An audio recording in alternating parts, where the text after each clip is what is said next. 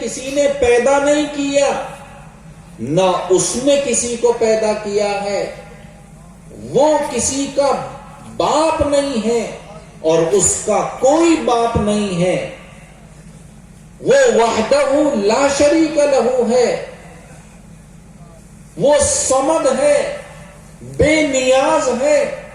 اسے کسی چیز کی ضرورت نہیں ہے، وہ تو تمام کائناتوں کا پیدا کرنے والا اور بنانے والا ہے۔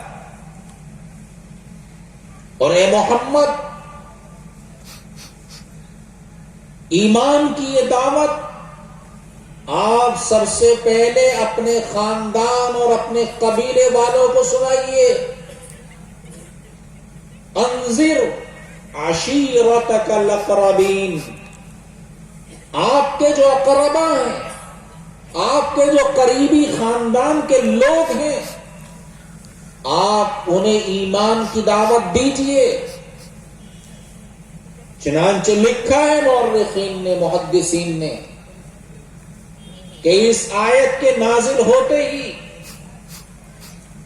پیغمبر علیہ الصلوۃ والسلام مکے میں صفا پہاڑی پر کھڑے ہوئے اور آپ نے تمام قریش کو، اپنے عزیز و اقارب کو، جن میں ابو لہب بھی موجود ہے، ان سب کو بلایا اور آپ نے یہ فرمایا، اے لوگوں، میں تمہیں ہمیشہ کی آگ اور جہنم کی آگ سے بچانے کے لیے بلا رہا ہوں۔ اے لوگوں، تم اپنے آپ کو جہنم کی آگ سے بچا لو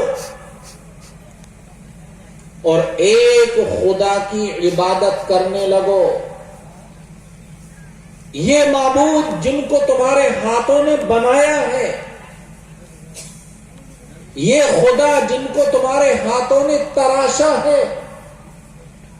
یہ بے جان پتھر جن کو تم اپنے ہاتھوں سے تیار کرتے ہو، یہ تمہیں نجات دلانے والے نہیں ہیں، یہ تمہاری بگڑی ہوئی کو بنانے والے نہیں ہیں۔ تمہاری بگڑی ہوئی کو بنانے والا ایک اللہ ہے، تم ایک اللہ پر ایمان لے آؤ۔ بس آپ کی توحید کی یہ برملا علانیہ دعوت تھی کہ اہل مکہ کے پیروں تلے سے زمین کھسک گئی۔ جو 360 بتوں کو اپنا معبود اور خدا مانتے تھے، وہ حیران اور سرگردہ ہو گئے اور کہنے لگے، اے محمد، ہم آپ کو صادق المصدوق، صادق امین سمجھتے ہیں، آپ نے کبھی جھوٹ نہیں بولا، آپ نے کبھی غلط بیانی نہیں